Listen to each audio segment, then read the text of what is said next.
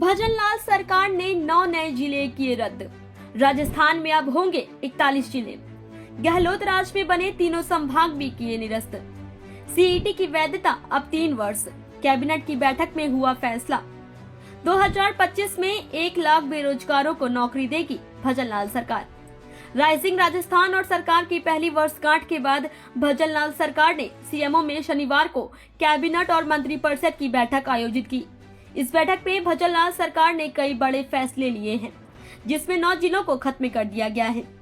Cabinet meeting के बाद मंत्री सुमित कोदारा और मंत्री जोगाराम पटेल ने प्रेस कॉन्फ्रेंस कर फैसलों की जानकारी दी है। गौरतलब है कि गहलोत सरकार में 17 नए जिले और 3 नए संभागों की घोषणा हुई थी। आचार संहिता से पहले नए जिलों और संभागों को बनाने का फैसला उचित नहीं माना गया, जिसके बाद जिलों को रद्द किया गया। भजनलाल सरकार ने नए जिलों में कुछ जिलों को व्यवहारिक नहीं माना और अतिरिक्त भार को राज्य के हित में नहीं माना, यानी 17 नए जिलों में केवल 8 जिले यथावत रहेंगे और 9 जिलों को खत्म किया गया है।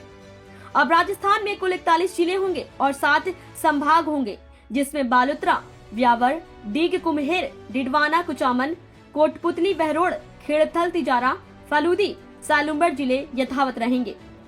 9 जिले समाप्त। दुदू, केकड़ी, शाहपुरा, नीमका थाना, गंगापुर सिटी, जयपुर ग्रामीण, जोधपुर ग्रामीण, अनूपगढ़, संचौर जिले खत्म किए गए। सीईटी की वैधता 3 साल की।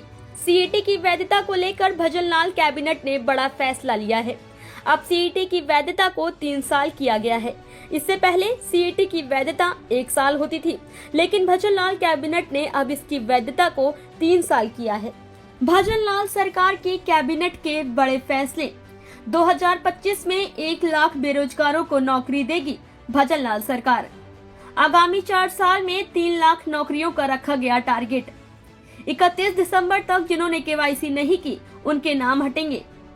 खाद्य सुरक्षा योजना के नए लाभार्थी के नाम जोड़ने का फैसला। परिनिंदा दंड समाप्त करने का अनुमोदन। समान पात्रता परीक्षा की वैधता 3 वर्ष की। टेट में छात्रावास अधीक्षक के लिए पात्रता बदली। अब समान पात्रता परीक्षा हर वर्ष देने की नहीं होगी आवश्यकता। एक बार हुई परीक्षा का स्कोर कार्ड होगा 3 वर्ष। पशुधन सहायकों के लिए पदनाम परिवर्तन का अनुमोदन हुआ। पशुधन सहायक को 3 पदोन्नति मिलेगी। पशुधन सहायक की पदनाम परिवर्तन पर लगी मोहर।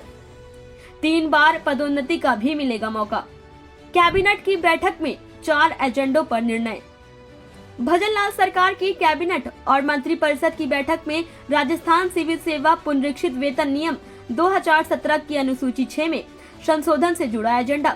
राजस्थान अधीनस्थ एवं लिपिक वर्गीय सेवा समान परीक्षा नियम 2022 में संशोधन का एजेंडा। सिद्धमुख चुरू का राजकीय कॉलेज शकुंतला देवी के नाम पर करने का एजेंडा। विधानसभा का अगला सत्र आहूत करने संबंधी एजेंडों पर निर्णय हुआ है। जो निर्णय था नए जिलों के गठन को, उसका अपने पलट का है, कितने निरस्त किया, क्या टोटल निर्णय लिए गए? देखिए, पहले पूर्ववर्ती सरकार ने अगस्त के महीने में 5 अगस्त, 6 अगस्त, 4 अगस्त के आसपास